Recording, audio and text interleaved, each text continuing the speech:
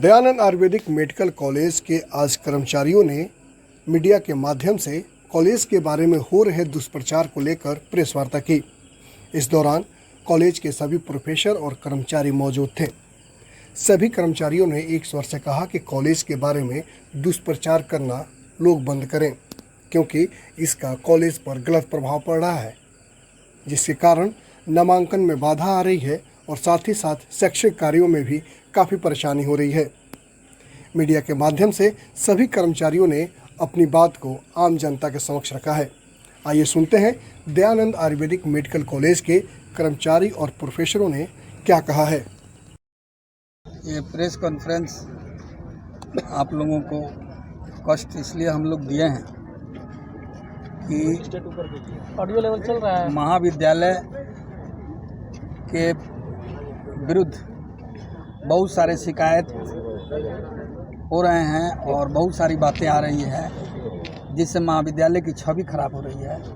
और उस छवि के चलते महाविद्यालय चूँकि स्वयं पोषित संस्था है, इसमें नामांकन से सारी व्यवस्थाएं को चलना है और इसकी सारी क्रियाकलाप अपने आय से इसकी व्यवस्था चलती है। कोई इधर उधर से कोई सरकारी एड भी नहीं मिलता है, तो इसमें नामांकन जरूरी है, परीक्षा जरूरी है, सारे शिक्षकों को वेतन जरूरी है। ये सारी चीज़ें जो व्यवस्था के अंतर्गत आती है, ये सारी चीज़ें प्रभावित हो गई, जिससे हम लोगों को बहुत कष्ट हो रहा है। कौन लोग शिकायतें कर रहे हैं और किस तरह की शिकायतें कर रहे हैं? शिकायत लोग ऐसा है कि शिकायत लोग कह रहे हैं कि इसमें भ्रष्टाचार हुआ, इसमें नामांकन गलत हुआ है।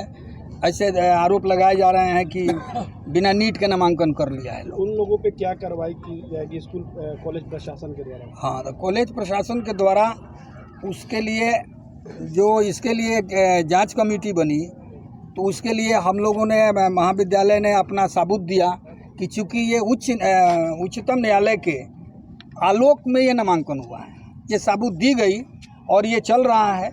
लेकिन बीच बीच में ऐसा बात कहा जा रहा है जिससे महाविद्यालय की छवि नुकसान हो रही है। क्या लगता है इससे एडमिशन पूरी तरह से प्रभावित हो गया है और आप लोगों का जो रेवेन्यू था उस पर ज़्यादा असर? हाँ, जब नामांकन नहीं होगा तो हमको कहाँ से फीस मिलेगा? वो कौन लोग हैं, जनता को नाम बताइए। बार बार क्यों कॉलेज पे लगातार भ्रष्टाचार के सवाल उठते रहे? हाँ, ये तो भ्रष्टाचार के सवाल क्या उठते हैं ये नहीं समझ में आ रहा।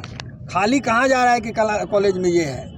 सभी विवाद जो भी आरोप लग रहे हैं वो टेक्निकल आरोप है। आखिर जो है उनके नाम बताएंगे तो लोग जानेंगे नहीं। हाँ, कौन आखिर इस तरह का प्रोपेगेंडा कौन फैला रहा है? बार बार शिकायत किया जा रहा है, उसमें नाम आता है प्रभुनाथ पाठक का, जो हमारे सचिव भी रहे।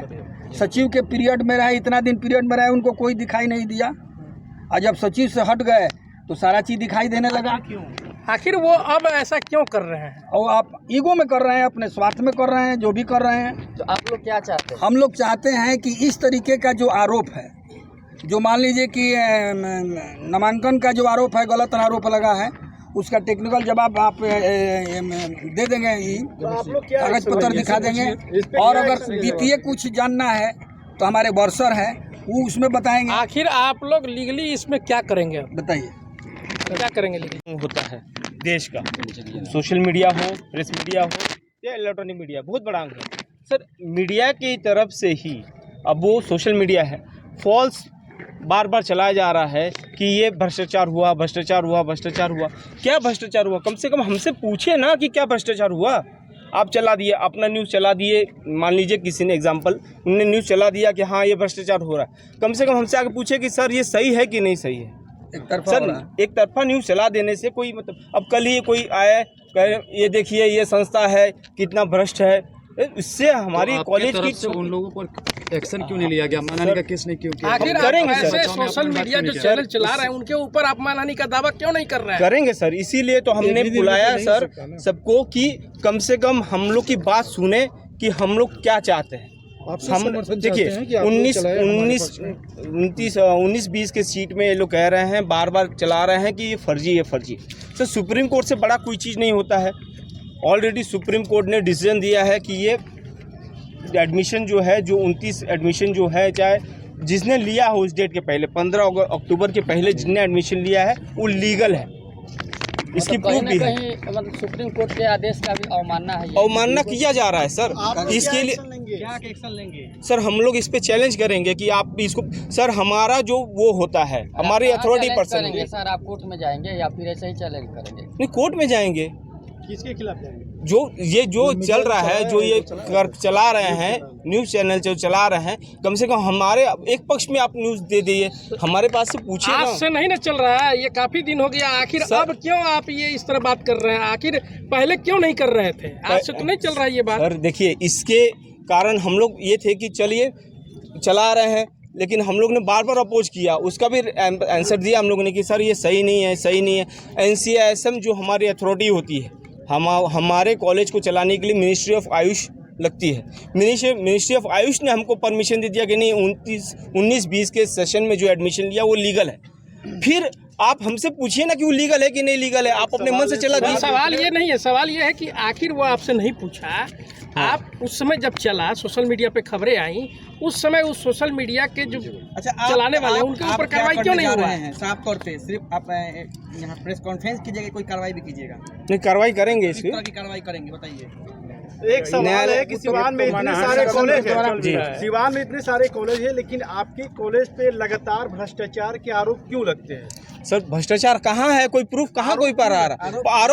आरोप लगाने के लिए वन टाइम अपनी तरफ से आरोप लगा दे रहे हैं। सर दूसरा कॉलेज खत्म हो गया, यहाँ पे एक कॉलेज बचा हुआ है सिवान में। आप मेडिकल कॉलेज, 3 मेडिकल कॉलेज थे, होम्योपैथिक, यूनानी, आयुर्वेद, 2 तो बंद हो गए, इसको भी बंद करने के लगे हुए हैं लोगों। क्या लगता है इस कॉलेज का बढ़ता कद देखकर बड़ा षड्यंत्र रचा जा रहा है? बड़ा षड्यंत्र रचा जा रहा है कि ताकि ये भी कॉलेज बंद हो जाए। एक व्यक्ति के आरोप से बच्चे का भविष्य खराब हो रहा है, कई बार रिजल्ट भी रुका है, तो क्या लगता है कि आपसी कोई द्वेष है?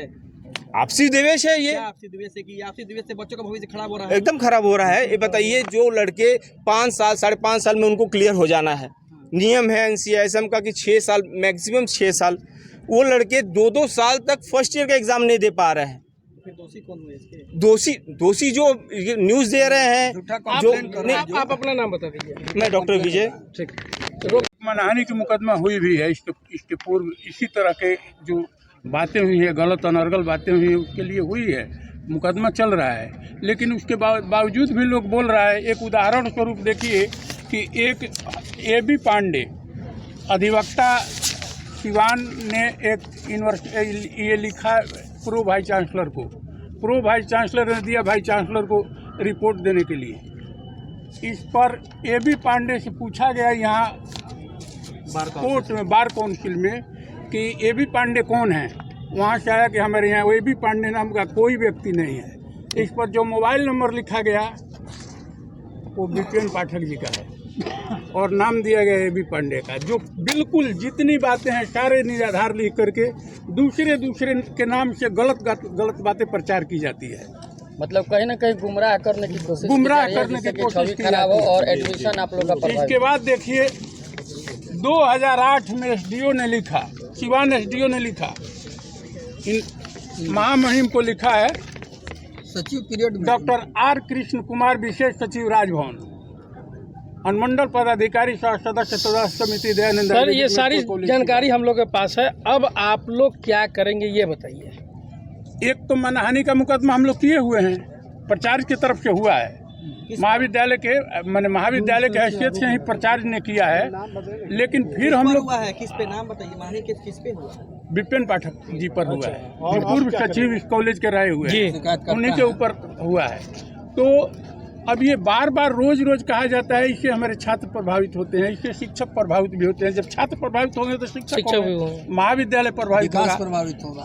आज हम ये स्व-वित्त पोषित कॉलेज है, स्व-वित्त पोषित कॉलेज है, एक पैसा कोई नहीं देता है। ये आप जितना देख रहे हैं अपने मेहनत से निर्माण किया गया है, चाहे वहाँ या यहाँ। सर यहाँ सीधा सवाल है, क्या एक्शन लेंगे ये बताइए, किस पे एक्शन लेंगे ये बताइए। बता रहे हैं ना, समाज में संदेश दिया जाए। पहले ये देख लिया जाए कि जो आरोप दिया जा रहा है, लगाया जा रहा है, वो कितना गलत है।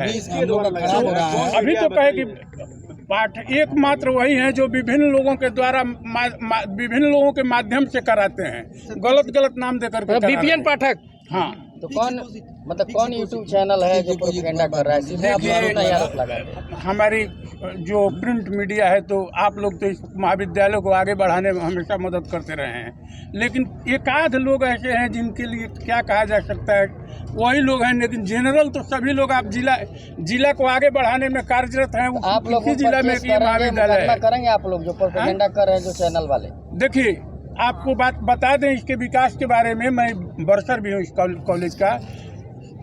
जो साहबुद्दीन साहब इस कॉलेज में बीबी मिश्रा, सरस्वती दिन पांडे और डॉक्टर सीताराम पांडे जैसे विभूति रहे हैं सचिव और प्रेसिडेंट, और साहबुद्दीन साहब प्रेसिडेंट बहुत वर्षों तक रहे हैं। उनके रिजिम में 2,73,00,000 रुपया फिक्स डिपॉजिट किया गया महाविद्यालय को।